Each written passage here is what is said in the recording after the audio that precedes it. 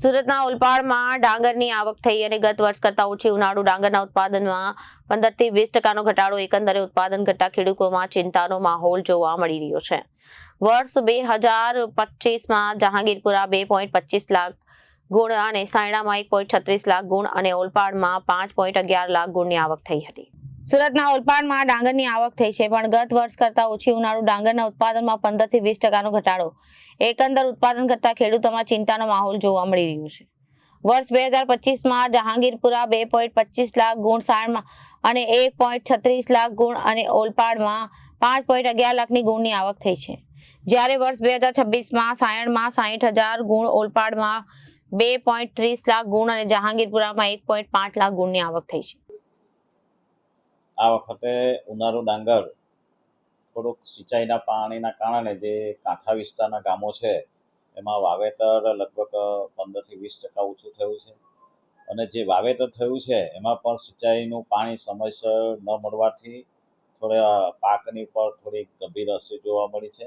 સાથે સાથે આ દાંડી વિસ્તારના એટલે કે તેનાથી લઈ અને દાંડી સુધીના કાંઠા વિસ્તારના ગામોમાં ખાસ કરીને એક રોગના કારણે ઉત્પાદન પર ખૂબ જ ગંભીર અસર જોવા મળી છે. કેટલાક ખેડૂતોના ખેતરમાં લગભગ 10 વીઘામાં લગભગ 15 થી 20 ગુણીની જ આવક થવા પામી છે.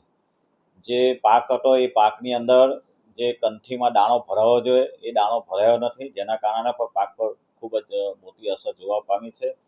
જેને લીધે અમારી પુરુષોત્તમ ફાર્મર્સની જહાંગીરપુરા સેન્ટર પર ગયા વર્ષે 2,25,000 ગુણીની આવક હતી, સાયાની 1,36,000ની હતી અને ઓલપાડ સેન્ટર પર 5,11,000 ગુણીની આવક હતી.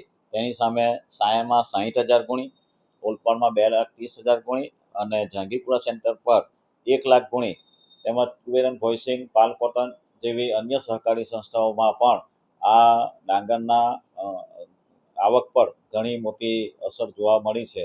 એટલે ગયા વર્ષની સરખામણીમાં આ વર્ષે લગભગ 15 થી 20% ડાંગર ઓછું પાકવાની સંભાવના છે. ખેડૂતોને વીંગે લગભગ 90 થી 100 મણનો ઉતારો હતો. આ વખતે 85 મણની જેવી આ વખતે ઉતારો છે. એટલે સ્વાભાવિક છે કે ખેડૂતોને પણ આ વખતે 10 થી 15 મણ 20 મણ ડાંગરની જે આવક છે એમાં ઘટાડો જોવા મળ્યો છે. હાલમાં બજારમાં ગયા વખતે લગભગ 3,000 થી લઈને 3,500 આરાનો ભાવ હતો. અત્યારે 3,400ની આજુબાજુ આ ડાંગરની આરાનો ભાવ છે.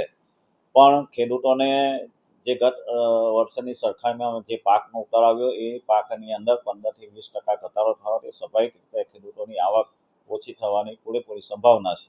એની સાથે સાથે મંત્રીએ પણ કરોડો રૂપિયામાં ધિરાણ કર્યું હોય એટલે મંત્રીની આવકમાં પણ મહદ અંશે ઘટાડો જોવા મળી રહ્યો છે.